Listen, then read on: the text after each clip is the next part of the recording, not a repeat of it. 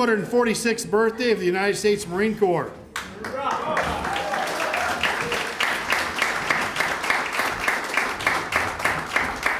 Okay, that's not in the script, guys, so just hang on with me there.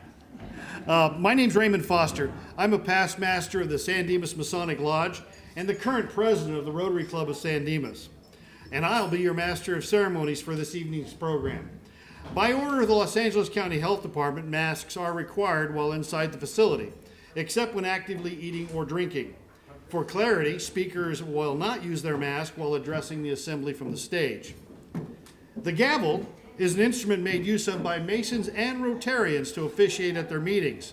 Tonight, this gavel will be used. 3 raps of the gavel calls you to stand, 1 rap seats you. This gavel can also be used to call upon groups of individuals. As an example, these 3 raps are for Masons only. There you go. And 1 rap will seat them. It's magical. Ladies and gentlemen, please silence your cell phones before we begin. You will note tip jars on your tables. Tips collected tonight will go directly to our servers, the Southland Young Marines. I encourage you to dig deeply and give generously. Our lodge is a 2-story structure. Listen closely this evening and you will hear how another 2-story structure was crucial to the formation of the United States Marine Corps. In this building, the actual Masonic Lodge room is located on the 2nd floor. Immediately following tonight's event, a tour of the lodge room will be conducted. This 15-minute experience will reveal some of the mysterious secrets of Freemasonry to you. As we all know, the United States Marine Corps was founded on November 10th, 1775. And the Marine Corps birthday is one of the most important events in the life of every man and woman who is serving or has served in this most distinguished branch of the United States Armed Forces. Tomorrow, however, is also Veterans Day. Therefore, tonight, we will honor all those who have served in the United States Armed Services, but especially the United States Marine Corps. Before we begin this most special occasion, it is our duty, before entering upon any great or important undertaking, to first invoke the aid and blessing of God. Therefore, let us enter reverently unite with our chaplain in an address to the throne of grace. I call upon Brother Brian Henry, chaplain of the San Dimas Masonic Lodge, to deliver the invocation. Please rise and remain standing for the invocation and presentation of the colors.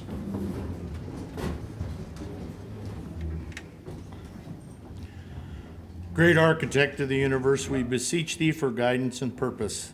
Let us have grateful hearts and be joyful in your service. May we help bring relief to those less fortunate and in need of our charity.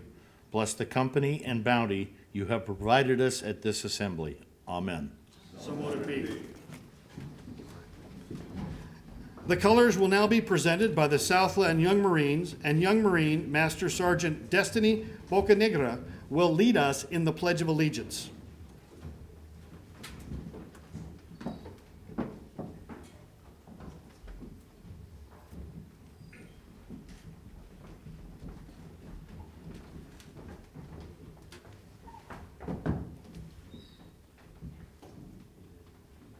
If you could please place your right hand over your heart. Ready? Begin.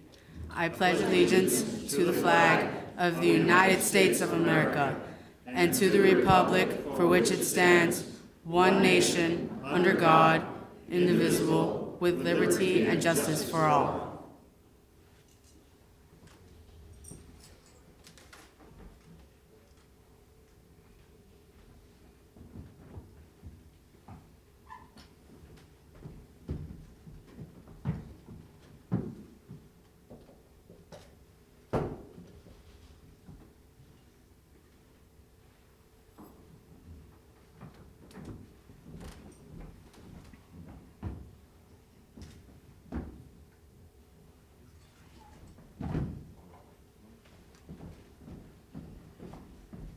Please be seated.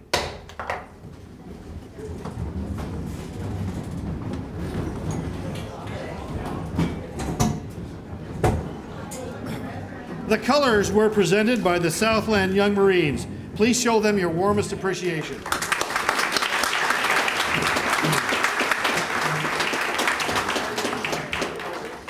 This evening, we have with us a number of distinguished dignitaries.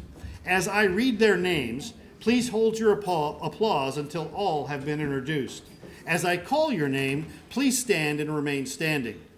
Eric Weber, Mayor Pro Tem, City of San Dimas. Nancy Lyons, Mayor, City of Diamond Bar. Ruth Lowe, Mayor Pro Tem, City of Diamond Bar. Steve Ty, Council Member, City of Diamond Bar. Greg Pilato, Member, Bonita Unified School District Board of Education. Derek Bomano, Member, Bonita Unified School District Board of Education. Marco Lundgren, Field Representative, State Senator Anthony Portantino, California State Senate District 25. Al Flores, Walnut Valley President, Walnut Valley Rotary Club. Abby Howell, President, Diamond Bar Women's Club. Cruz Baca, President, Baldwin Park Women's Club. Maura Fisher, President of the Blue Star Mothers of California. Commander Dick Duplain, American Legion Post of Ontario, Post 112. President Rosie Duplain, American Legion Post of Ontario, Auxiliary Post number 112. Patrick Byrne, Executive Director, Armed Services, YMCA, 29 Palms. Worshipful Robert M. Scharf, Master, San Dimas Masonic Lodge. Worshipful Inspector Alfonso Sanchez, Inspector, 723rd Masonic District, and personal representative of the Grand Master of Masons in California. Let's thank them for their leadership. Thank you.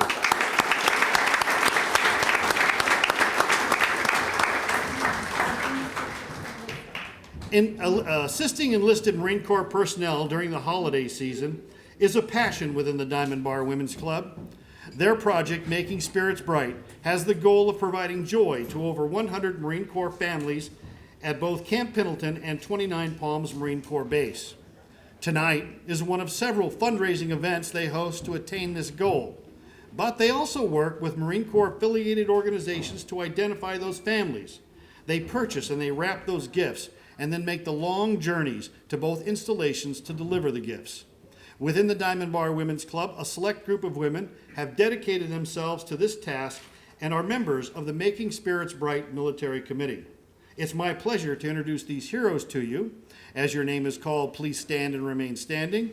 Please hold your applause until all have been introduced. Elenita Aziz, Lisa Cooper, Rachel Kirk, Nancy Lyons, Jen Malky, Kathleen New, Sonia Reed, Pat Schmidt, Laura Rose. She brought a cheering section. Mimi Sapoko. Thank you for your service and leadership.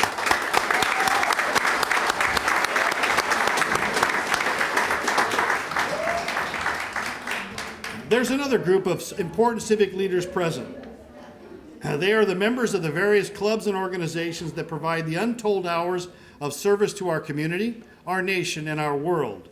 As these groups are introduced, if you are a member, please stand and remain standing. Please hold your applause until all have been introduced. Would all members of women's clubs please stand? All members of women's clubs. Would all Rotarians please stand? Would all Masons please stand? Would all members of any other community or civic group please stand? Thank you for your service and leadership.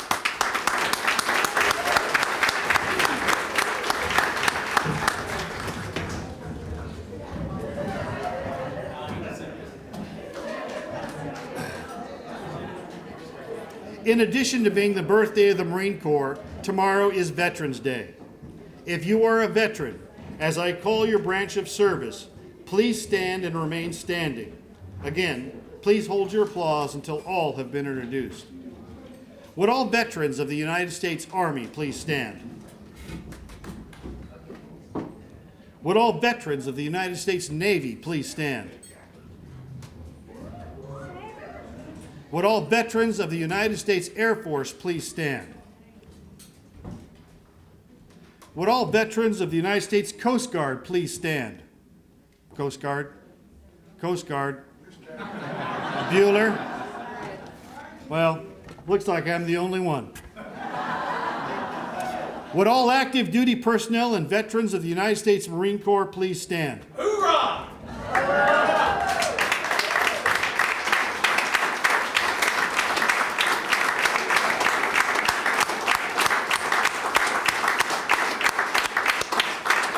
Thank you for your service and sacrifice in defense of our freedom.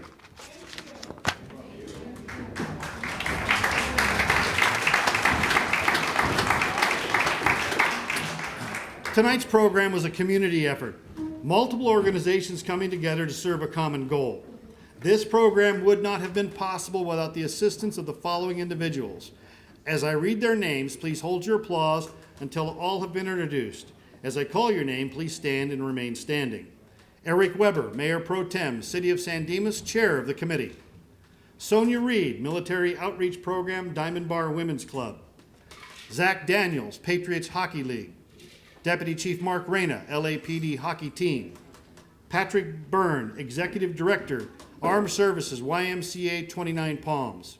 Robert M. Scharf, Master, San Dimas Masonic Lodge. Wayne Schmidt, Junior Warden, San Dimas Masonic Lodge. Glenn Johnson II, Secretary, San Dimas Masonic Lodge. And Raymond Foster, Past Master, San Dimas Masonic Lodge, President, Rotary Club of San Dimas. Thank you all for your help in making this event a success.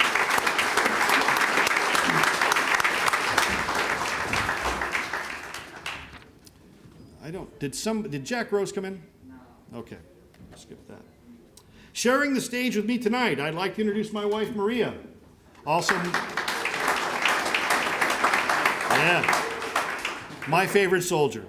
And our keynote speaker, Gunnery Sergeant Justin J. Corvo.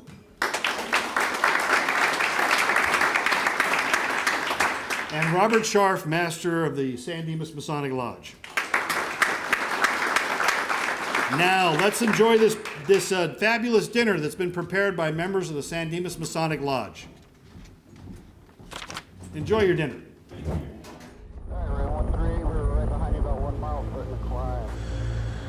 When our nation called,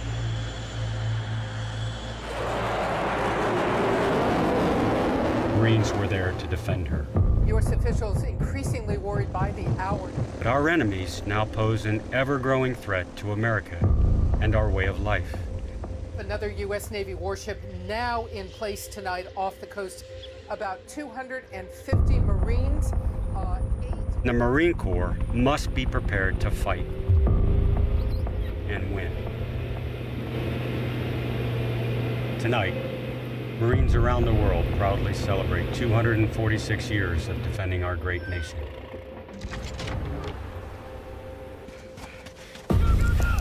Our warrior lineage and the battles that have been fought and won across generations have become legend.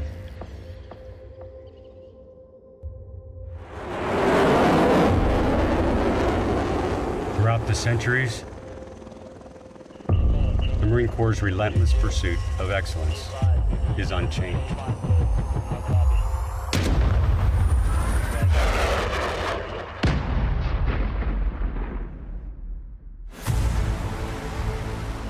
We are still made from the same grit and steel, with the same moral instincts, and the same unending will to fight. Marines remain physically, mentally, and emotionally tough, forged in the crucible to overcome fear and adversity. In these ways, the Corps and the lifelong faith we place in each other is proudly unchanging. This is as close as we can get to the base of the World Trade Center. You can see the firemen assembled here, the police officers, FBI agents, and you can see the two towers. A huge explosion now raining debris on all of us. We better get out of the way! On the 11th day of September 2001, our country was attacked. And the people who knock these buildings down will hear all of us soon. Like the attack on Pearl Harbor 60 years before, that day changed everything. Our Marines have fought and won in hostile places like Anbar, Sangin, Fallujah, Helmand, Mosul. We earned our reputation as an elite counterinsurgency force, but that remains only a part of who we are. After 5 days of heavy fighting, Marines raised our beloved American flag on top of Mount Suribachi. What Marines are, what Marines have always been, is amphibious warfighters. And the changing battle now requires us to return to our origins, relying on foundations built by the Marines that came before us. The Marine Corps' identity remains the same. Our infantry battalions will remain at the center of what we do, and the Marine and their rifle will continue to be one of the deadliest weapons on the battlefield. But being ready now requires us to return to the seas and shores of maritime terrain. The history of the Marine Corps is marked by a series of paradigm shifts, and this is one of them. The hard-won lessons of Iraq and Afghanistan and the blood Marines have shed there will not soon be forgotten. We're using the lessons of our past combined with the weapons of the future to reimagine our warfighting capabilities through continuous adaptation and experimentation. Marines around the globe, Marines like you, are a vital part of this effort. Your ideas, your feedback will be key to moving the Marine Corps into the future and ensure that we will continue our legacy of winning battles. And to the Marines who have served our nation and returned home to continue to fight and win battles of a different kind in their own communities, we thank you. As Marine brothers and sisters, Semper Fidelis is a pledge that we promise to live by. The work of our Marine veterans is a living testament to the faith Marines keep with each other, with our Corps, and with our country. The next generation of Marines may operate differently and in different places than the Marines who wear the Eagle Globe and Anchor today. But they will join a long and proud heritage of Marine fighters who have never turned from a threat, never turned from an enemy. We will always remain most ready when our nation is least ready, because we must protect our shores and we must protect our citizens. It's still going to be the Marines who defend this nation. Semper Fidelis, and happy birthday, Marines.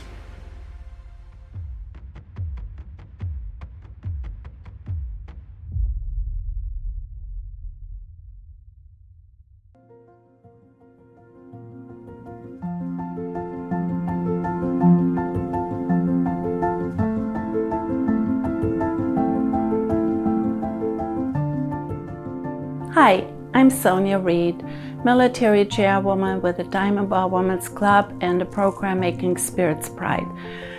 This program is providing yearly Christmas presents to enlisted family members at Camp Pendleton and the 29 Palms Marine Base. Wish lists are provided by each base, and our volunteers purchase and wrap the gifts. Upon finished wrapping, gifts are being placed in large bags, transported to each base for Christmas. As we get closer to the holidays, the committee and each base are getting together with Marines, handing out the Christmas presents to the families.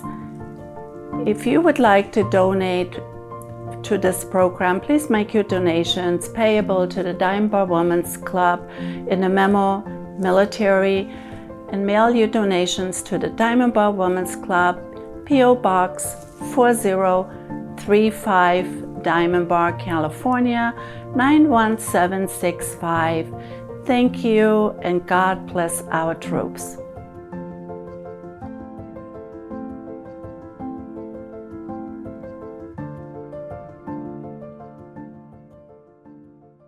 In January 2008, Gunnery Sergeant Corvo returned from Iraq and was assigned to the Navy Marine Corps Internet Help Desk Liaison and was a 2nd Marine Regiment Color Sergeant.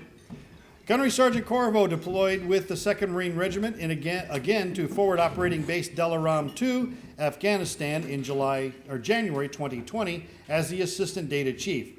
Gunnery Sergeant Corvo also held the collateral duties as the Classified Material Control Center representative for the Communication Platoon, as well as the Systems Control Watch Chief. He returned from Afghanistan in 2011 and later attended the SNCOA Sergeant's Course in May 2011. Got a lot of alphabet in this here thing. In September 2011, Gunnery Sergeant Corvo reported to Drill Instructor School, MCRD, Paris Island, South Carolina, and was assigned to Company M, 3rd Recruit Training Battalion, and in February 2013, while serving as the Color Sergeant for the 3rd Recruit Training Battalion, Gunnery Sergeant Corvo completed the Martial Arts Instructor course, graduating 2nd in his class. In January 2015, Gunnery Sergeant Corvo completed his tour with 8 training cycles, 5 of which resulted in Honor Platoon. In total, Gunnery Sergeant Corvo directly contributed to the development of over 560 recruits, 11 drill instructors, and 24 graduation ceremonies while serving as the 3rd Battalion Color Sergeant. In his last cycle, Gunnery Sergeant Corvo set the regimental record for final drill with a unit leader score of 98. Gunnery Sergeant Corvo reported the 9th Communications Battalion in February 2015 and was assigned to the Contingency Support Company as a Switching Wire and TechCon Data SWAT-D Platoon Sergeant. Now don't be smiling. From August to November 2015, Gunnery Sergeant Corvo served as the company Gunnery Sergeant in addition to his SWAT-D, SNCOIC, and Data Chief billets. In November 2015, Gunnery Sergeant Corvo checked into MCCES in 29 Palms for his Advanced MOS Schools, Cisco Certified Network Associate, followed by Cyber Networks Chief Course. And upon completion in April 2016, Sergeant Corvo returned to Contingency Support Company as the SWAT-D SNCOIC. In June 2016, Gunnery Sergeant Corvo was hand-selected for the 15th Marine Expeditionary Unit to be the Command Element Cyber Chief Network. In July 2017, he deployed with the 15th MEU in support of Westpac 17.2 and was embarked on the USS America. In March 2018, Gunnery Sergeant Corvo reported to the NROTC unit, Texas A&M University.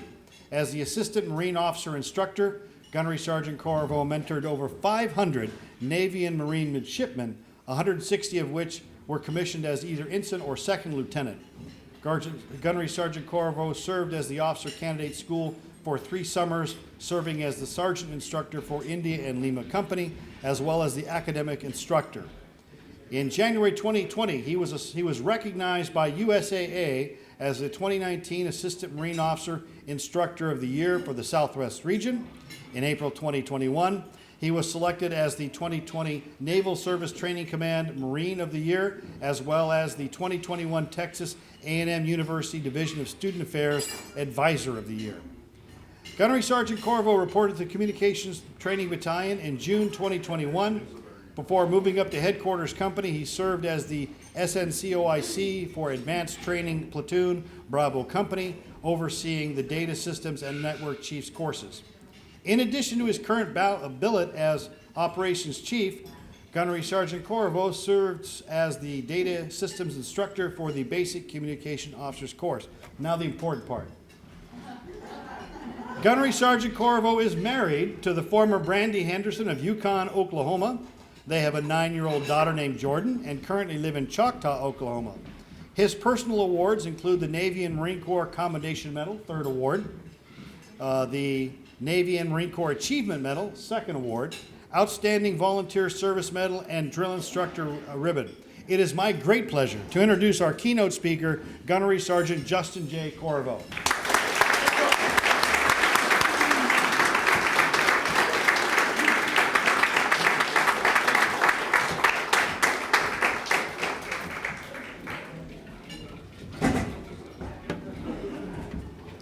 Had I known he was going to read the whole bio, I would have sent in the Cliff Notes version. So, good evening. I'd like to start off first by thanking the Dimas Masons for hosting this event, and then also for Patrick Byrne from the Armed Services YMCA branch from 29 Palms for extending the invite as well. Currently within the Marine Corps, all right, we're going through some changes. We're downsizing. We're getting smarter. It's not the ground and pound fight that we've grown accustomed to over the last 2+ decades with Iraq and Afghanistan. We're getting smarter. We're getting lighter. We're doing away with the heavy artillery units. We're getting away with the big box communication systems, if you will, more on-the-go type data systems, communication systems, radios, so on and so forth. How does that impact the junior Marines that we have working for us, fighting for us, going forward? Training is constantly going. All right, they're constantly in the field, either in the field or back in their shops. They're always working to get spun up on the new technologies, the new ways of life, the new battle rhythms, if you will. That new training kind of takes away from some of the free time that they have. Okay, time away from their friends, their families, children, for those of them who have it. One thing that does provide joy and does provide comfort is what the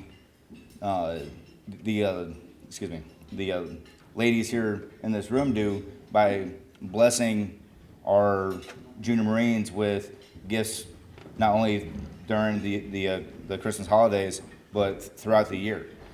Just small tokens of appreciation, go a long way in supporting the junior Marines that we have.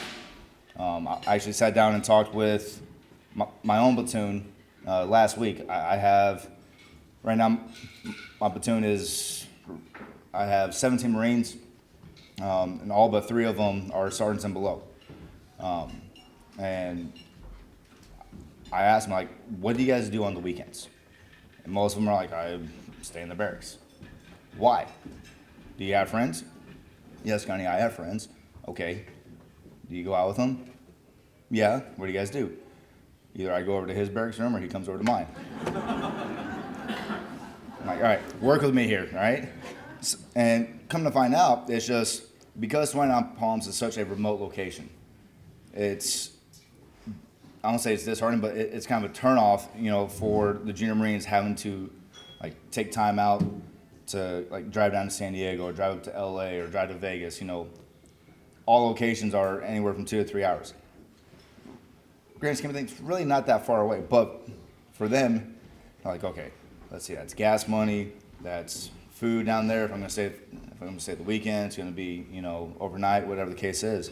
So because of the limited opportunities local to 29 Palms, they just tend to stay on base.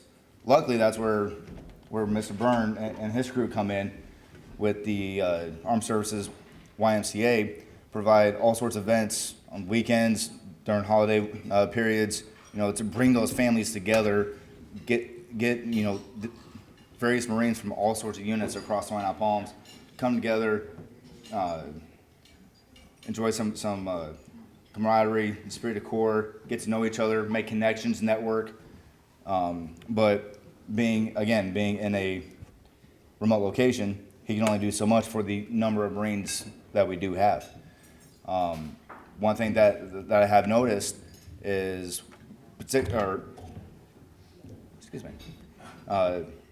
within the Communication Training Battalion, we offer volunteer events for a lot of our entry-level students, privates, PFCs, few Lance Corporals sprinkled in there. These volunteer opportunities are through a private security company to where they go and they work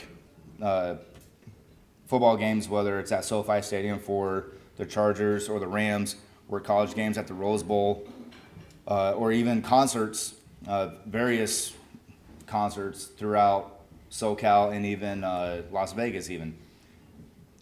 And the Marines love it. They absolutely enjoy it, and I've talked to a few of them because I actually work for that company as well. And I'm like, what is it that brings you out to these events? And they tell me, they're like, Gunny, this is the only way that I'm able to get out and actually do these things, go see these events. Because again, most of them, it's either they don't have the time to drive, they don't have the money to drive, or they don't even have the opportunity to even attend those venues. So with all that being said, our junior Marines, they're making do, but with the limited services that Mr. Byrne has, you know, he can only do so much. Lost my train of thought, sorry. That spaghetti is getting to me too, all right? I'm trying to, they definitely set me up. They're like, all right, nice cozy room, awesome meal, spaghetti, bread, carbs, yum, coma. All right, so it's hit me too. Anything that is provided from this group or from any group within the Southern California region is on behalf of those junior Marines, including the ones that we have here tonight. I sincerely thank you for that. All right.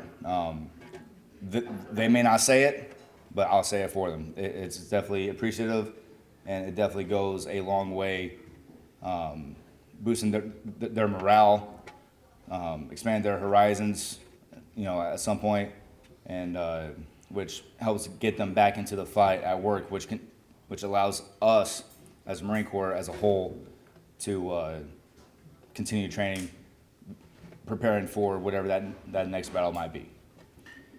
So with all that said, it is November 10th. It is the Marine Corps birthday. And although I love my Army, my Navy, my Air Force brethren and sisters, I would be remiss in my duties if I did not address my fellow Marines on this night, all right? Doesn't matter if you're still active, if you just retired, been retired for years, it doesn't matter, because at the end of the day, we can never forget the Marines. We stole the anchor from the Navy.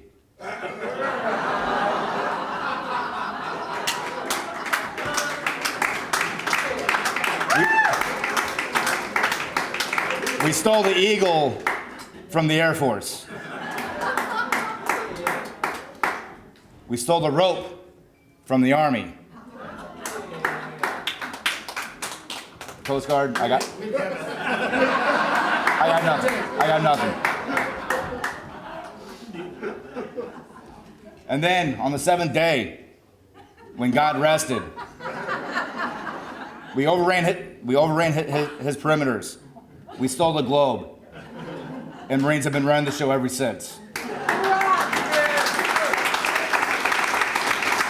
Happy birthday, Marines. Semper Fidelis.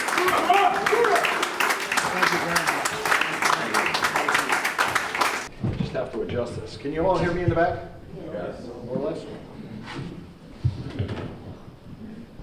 Good evening, ladies and gentlemen, honored guests, and Masonic brethren.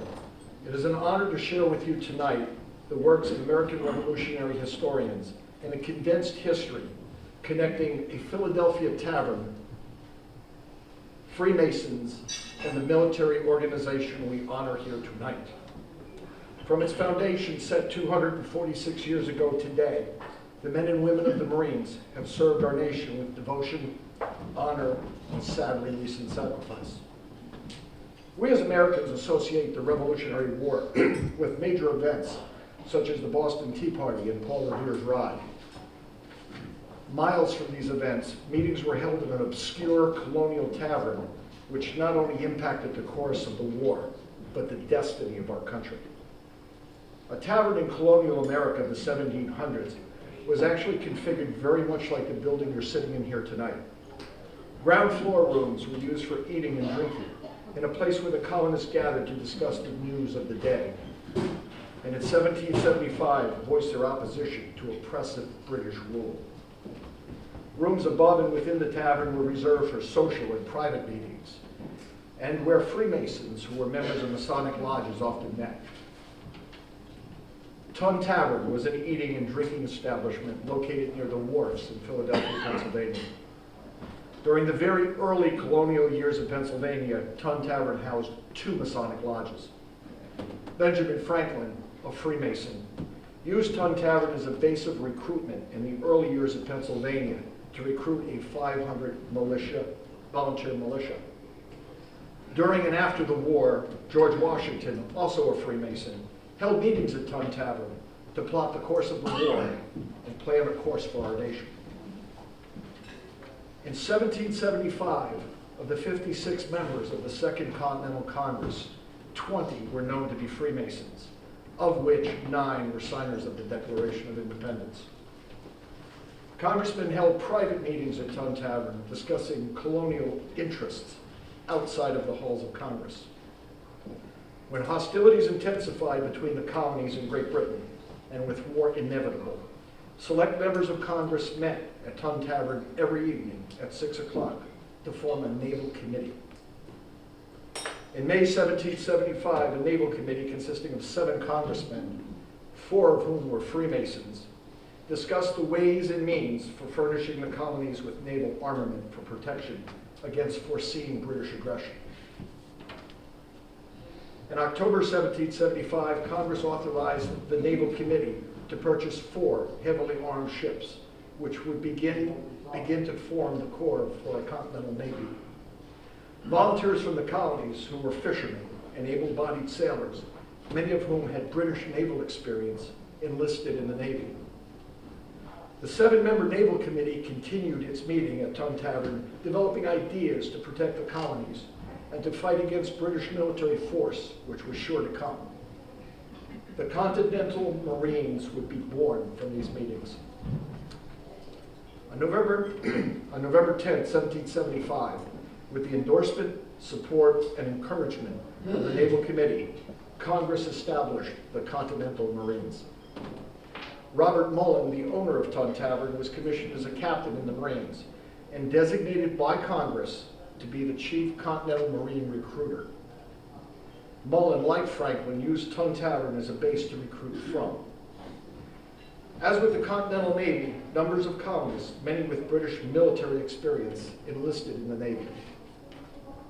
And the Marines, sorry. Muster and payroll records from the period indicated that at the height of Marine staffing, there were 131 Marine officers and over 2,000 enlisted.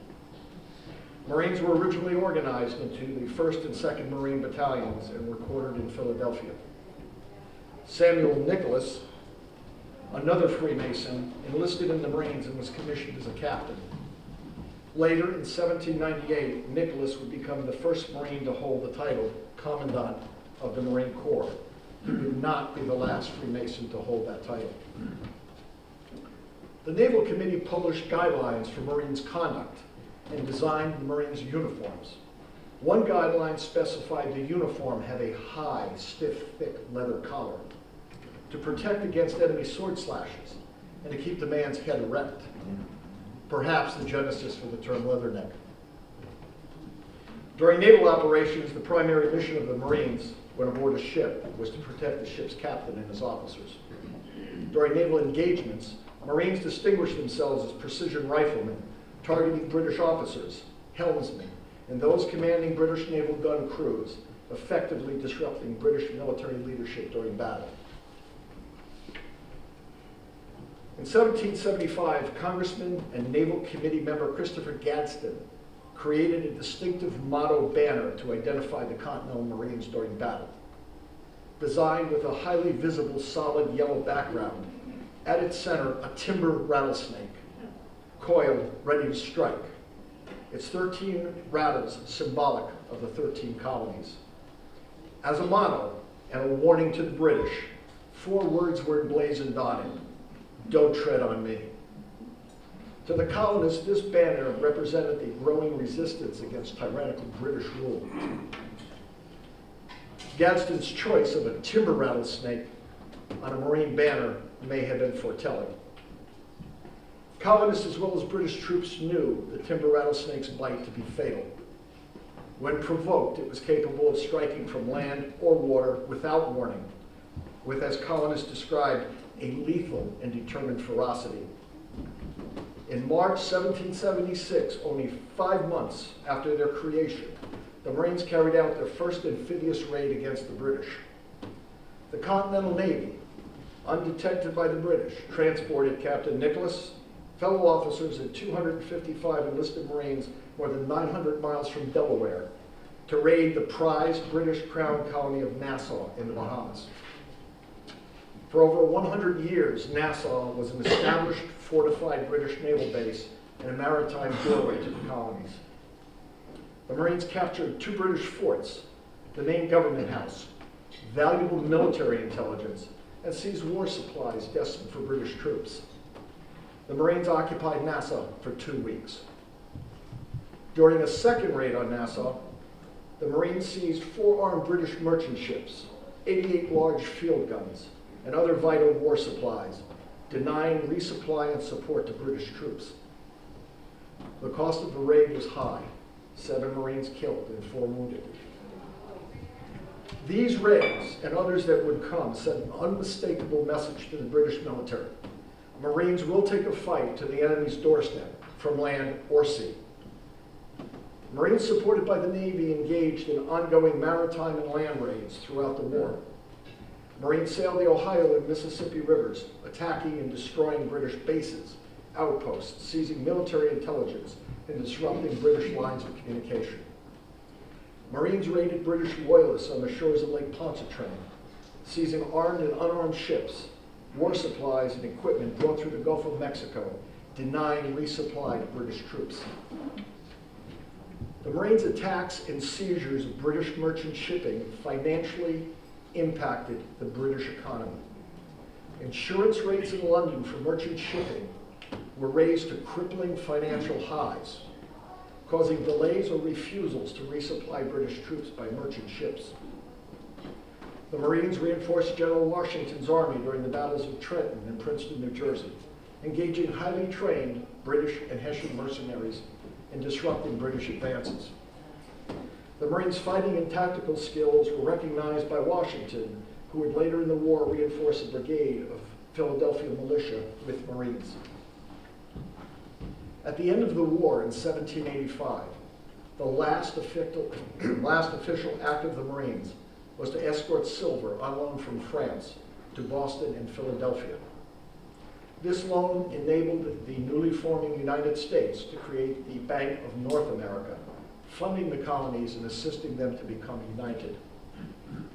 The Continental Marines and Navy were disbanded in 1785, only to be reestablished in 1798 to protect our newly forming nation. Transformed over the centuries into today's United States Marine Corps and Navy, their mission to protect our nation has never wavered, and the men and women who serve have never faltered. Tonight, in celebration of the 246th birthday of the Marines, I ask all Masons here and assembled to join me in a toast. If the brethren will charge their glasses. The next 3 raps of the gavel are for Masons only.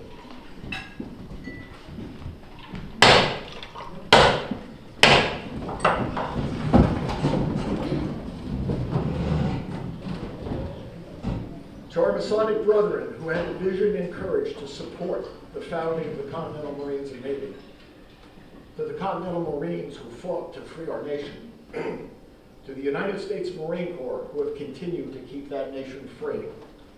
Happy birthday, Marines, whithersoever dispersed around the globe. May the great architect of the universe keep you safe and protect our great nation. Thank you for your service. Thank you for your service.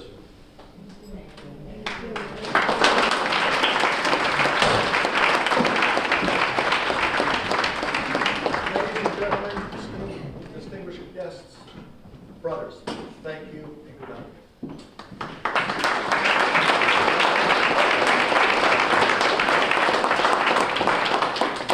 Thank you, Brother Wayne.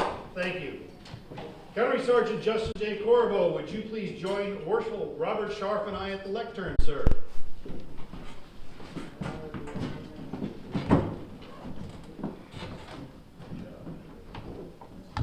Marshal Scharf, as Master of the Lodge, do you have a presentation? Brother Master of Ceremonies, I do. Proceed.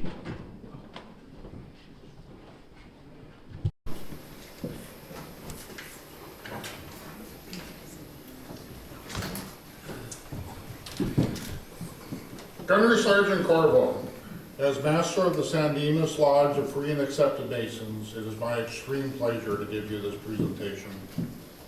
Your keynote address was inspiring, educational, and riveting. You talked on ideals we should all aspire to, and it is clear you hold these ideals close to heart. You brought to mind several comparisons to Freemasonry. Masons have as their principal tenets brotherly love, relief, and truth. We have as our cardinal virtues fortitude, prudence, temperance, and justice. As an organization, we have as primary missions to make good men better and to make the world a better place. With each passing day, we strive to live up to these values. All of these values are comparable to those of the United States Marine Corps and to the military overall. May both our organizations continue to be a beacon of inspiration to others. It is my honor to make this presentation to you, Gunnery Sergeant, of our San Dimas Masonic Lodge Challenge Coin. With it, it is our hope you remember the many ideals in common between the Marine Corps and Freemasonry, and to the similar mission and values in common with our organizations, and the positive efforts we must continuously project. Finally, that you will always remember with fondness how you celebrated the 246th birthday of the Marine Corps in 2021. Thank you, Gunnery Sergeant.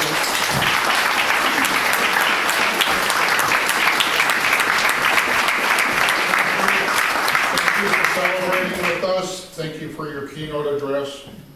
Most especially, thank you, and thank you to all the active servicemen and women and veterans for your service to this country and for us all.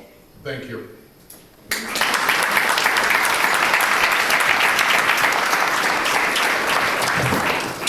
Will Eric Weber, San Dimas Mayor Pro Tem, member of the Patriots Hockey League, Miss Sonia Reed of the Diamond Bar Women's Club, Mr. Patrick Byrne of the Armed Services YMCA, and Mr. Fred Bocanegra, Commanding Officer, 2nd California Regiment, Southland Young Marines, please make your way to the hallway entrance of the stage.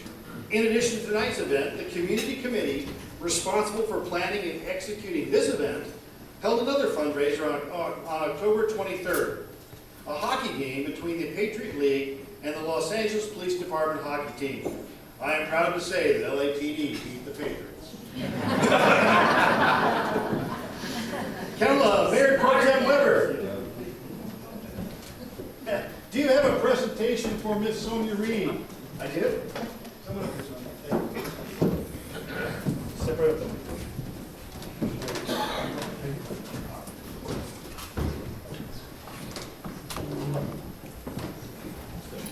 Do I have a couple of moments to say? Hey, take your time. Right. We all got to leave in an hour. Well, I do have a presentation for Ms. Sonia Reed. But first, I just want to say thank you to all of the organizations that took part in making Spirits Bright Committee a success. I think the packed room here is a testament to all of their hard work, and I'm truly honored that they thought of me when they were trying to pick somebody as a community co-chair. So it means a lot to me. It's an honor to be selected as a community co-chair. And I think I brought, hopefully, a unique background to the table and was able to leverage that to benefit the mission of the Making Spirits Bright Committee. So as Raymond was saying, I also play on a charity hockey team called the Inland Empire Patriots. there's essentially the way the team works is it's a group of veterans, active duty, retirees, and reserves from the U.S. military. All branches are represented, and these people are from all over the United States. And we come together, we play charity hockey games to benefit veterans' causes. And all of the money that we make in the organization goes back to different veterans' causes. And during our first Zoom meeting, I don't know if it was visible in the Zoom meeting frame, but we were talking about ways to raise money for Making Spirits Bright. And it probably was a giant light bulb went on right over my head and said, wait a minute, the mission of Patriots Hockey and the Making Spirits Bright committee just perfectly dovetailed together, and this is a perfect opportunity to come together and do something good with both of these organizations. So, that being said, it was a challenge. When we were meeting, it was still via Zoom. COVID was still very much a real thing, and events, even like this, weren't possible. So I had to keep that in mind and temper my expectations a little bit, but I'm very happy to say that that charity hockey game was the first charity hockey game since COVID that the Patriots were able to put together and raise money for. So I will say it was a pleasure to put together. I think the participation was great, all things considered. Just like anything, it's a challenge right now due to restrictions and policies of venues and such. But I think we're able to put together a good program. And with that being said, I am pleased to present a check representing our ticket sales proceeds from our charity hockey game on October 23rd, in the amount of $600 to the Naval Committee.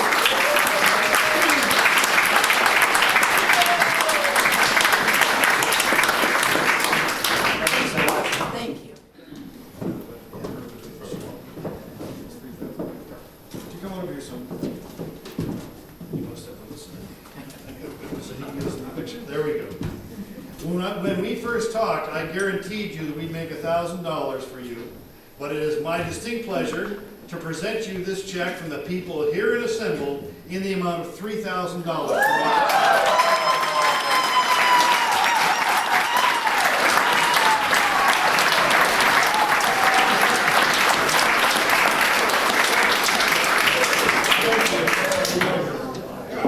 You're excited. Yes, myself and Yi Eubanks, who is also an Army veteran, are Blue Star mothers, and that's a mother whose child is either on active duty or who has been honorably discharged. We just found out recently about your Diamond Bar Women's Club group and Making Spirits Bright, and it is our chapter's pleasure to donate $1,000 to the Making Spirits Bright.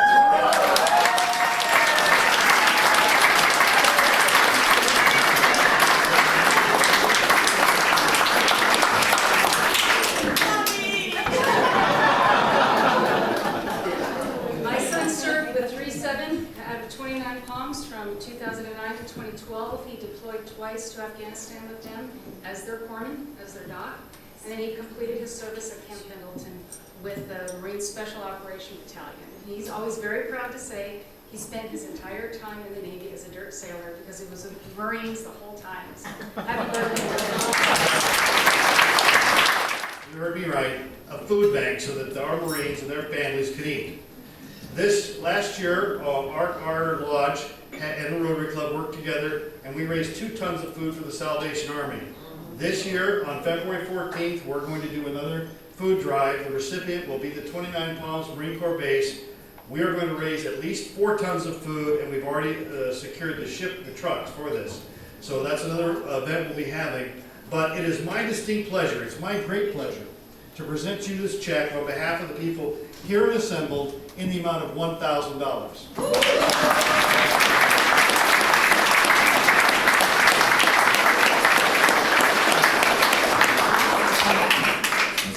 Mr. Fred Bocanegra,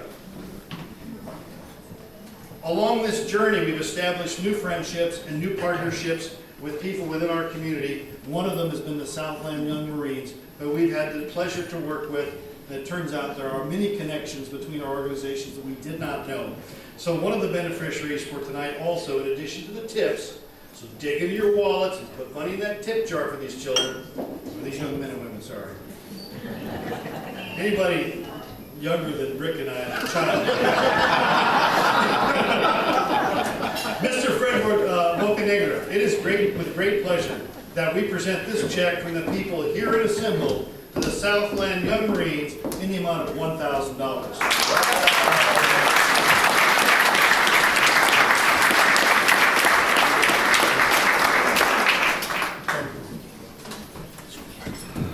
Ladies and gentlemen, on the back of your program you will find the words to the Marine Corps hymn.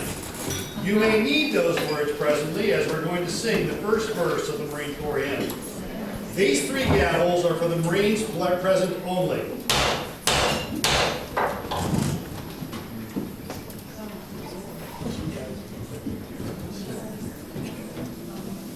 Worship Brother Rick Wood, please muster the Marines present in a single rank in front of the stage facing the audience.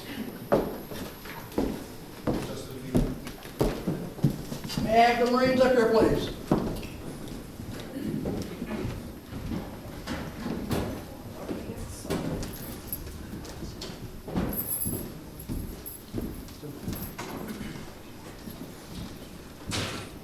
Young Marine, Master Gunnery Sergeant Destiny Bocanegra, please muster the young Marines present in a single rank in front of the Marines assembled facing the audience.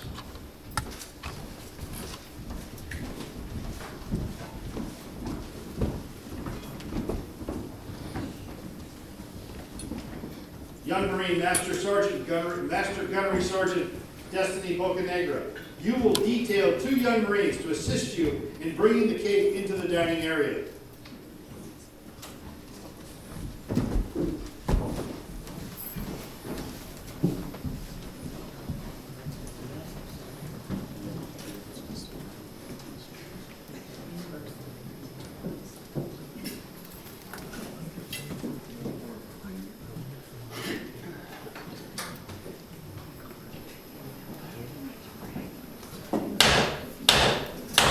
Please rise. Join me in singing the first verse of the Marine Corps hymn.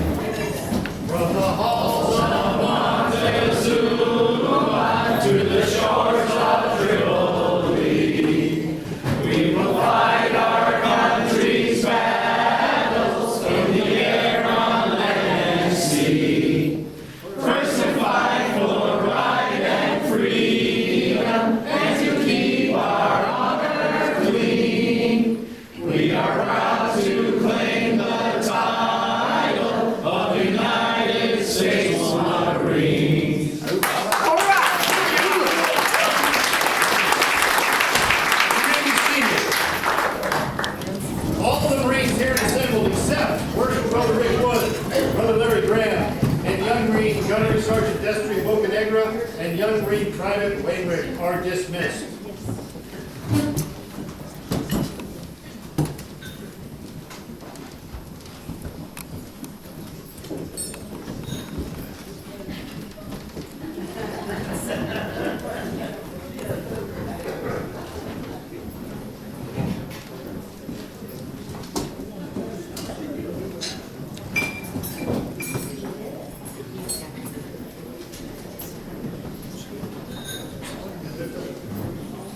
Brother Larry Graham, are you in possession of the cutting implement?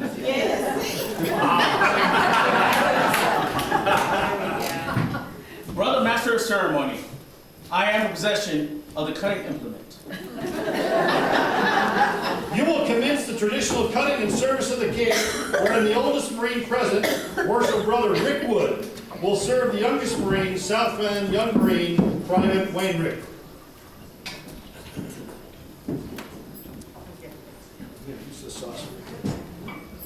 Improvise. Ouch. Straight on down.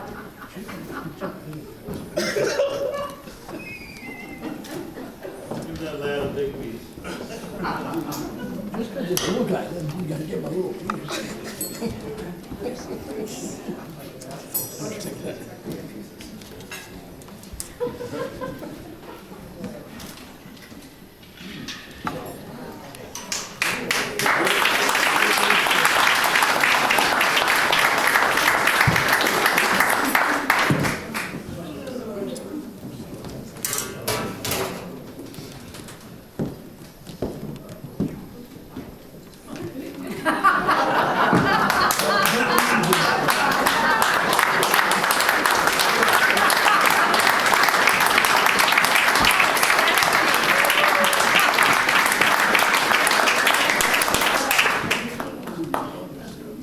Marines are dismissed.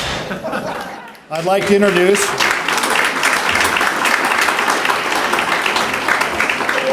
our Secretary, Glenn Johnson II, his sister, Martha, his cousin, Sue, my father, Barry Letzler,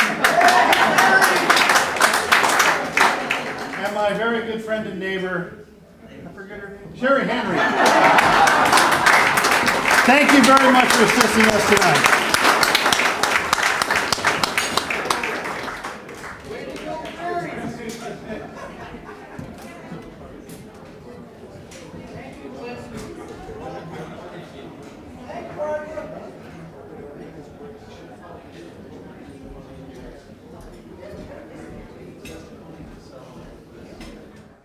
I'm seeing nothing.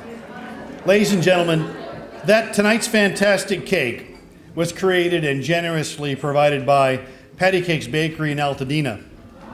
This bakery is owned by the son of Worshipful Vic and Labad, past master, San Dimas Masonic Lodge. Vic, would you please stand?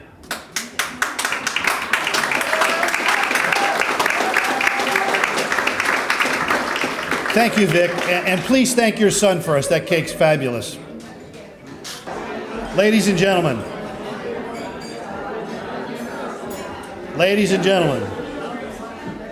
we are about to close this event.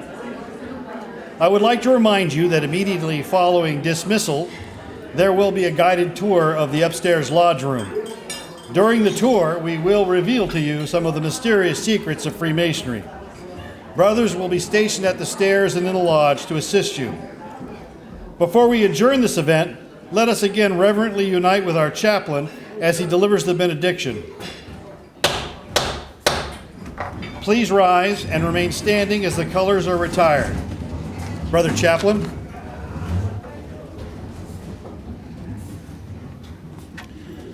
Gracious Creator of all things, we humbly thank you for your presence and all the blessings you provided this night.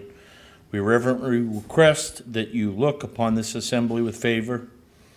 May the friendship we share refresh our spirits and resolve to follow your teachings. Amen. So would it be. I now call on the young Marines to retire the colors.